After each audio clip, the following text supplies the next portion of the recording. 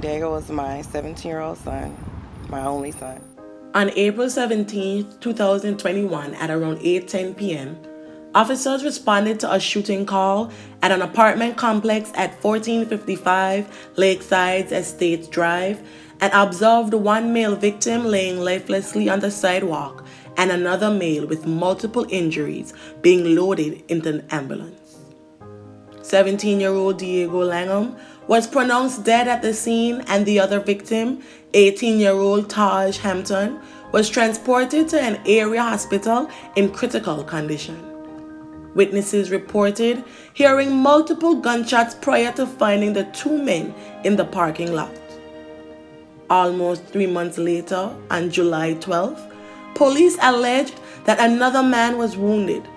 Following multiple investigations, on the 18th of August, 17-year-old Corey Hodge was arrested, and the following day, he was charged with murder and 2 counts of aggravated assault with a deadly weapon in the 176th State District Court. In November 2021, he posted bonds totaling $270,000 and was released from custody. His bond conditions included a GPS monitor and 24-hour home confinement. Just a month later, court documents stated that Hodge had asserted that he could not afford the monthly fee to obtain a GPS device. Quite frankly, it was obvious that he had no intentions of abiding by any conditions of his bond. In a bond condition violation report, Harris County Pretrial Service told the 176th Criminal District Court Judge Nikita Harmon about 37 times that Hodge violated his house arrest, yet these discoveries were not handled with urgency. Well, the monthly GPS fees aren't that much. So in other words, he's basically saying he doesn't want to have a GPS on him, or he doesn't want to have to pay for it. It's clearly obvious by the documentation he had zero intentions of abiding by any condition of his bond. In addition to a GPS monitor, Hodge was under 24-hour home confinement. You're supposed to be on a GPS. You're supposed to be under 24-hour house arrest. None of that happened. And all of this happened within days and weeks of getting out on bond. In a bond condition violation report, Harris County Pretrial Services tells 176th Criminal District Court Judge Nikita Harmon about 37 times Hodge violated his house arrest. But it took more than a month for anything to happen. If this would have happened in 2015, the first time he offended, the judge would have surrendered his bond and called him in. They would have had him arrested and brought to court. On May 1st, 2022, shots rang out at an apartment building located at the 2800 South Dairy Ashford around 5:15 p.m.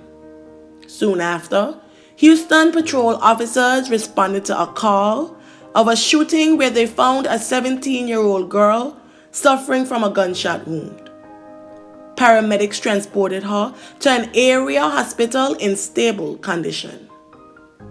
A preliminary investigation determined that she was inside her apartment when she heard multiple gunshots outside. A bullet went through a glass door and struck her. 2 men were seen running from the vicinity and were later identified as now 18-year-old Corey Hodge and 17-year-old Kaylin Sabbath. Both suspects were already in custody in the Harris County Jail on unrelated charges. Subsequently, the 2 were charged with aggravated assault with a deadly weapon in the 176th and 339th State District Courts, respectively, for their roles in the incident. A charge not new to Hodge. On July 17, 2022, the DA's office filed a motion to revoke Hodge's bond, and the judge granted it, and therefore he was taken into custody. Diego's mother found pictures of Hodge on social media brandishing guns and said he even posted songs he wrote about killing Diego. The media described the now 18-year-old as a poster guy for breaking bond. Tahj had previously been hauled into the courtroom on April 22nd to respond to the claims of non-compliance, but it seemed more of an opportunity for him to mock the homicide victim and his family, according to Diego's mother.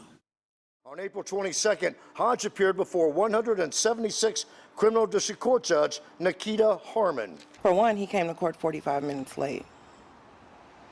And like the shirt I have on now with my son's face on it, I had an orange shirt on. And he looked at it and he laughed along with his mother. Friend. You know, and I know personally from some of Diego's friends, he didn't know him. I got any wind of anything, I sent it to the district attorney's office. To kill someone in cold blood as he did to Diego for no apparent reason, then to go on and make a song in detail about what you did, it was heartbreaking. If I were a judge, this wouldn't have happened. Now, why she let it go, I don't know. I have no idea. But this needs to be stopped. Tahj is now behind bars with no bond set. I will be following this case and truly hope that Diego's family and friends receive justice.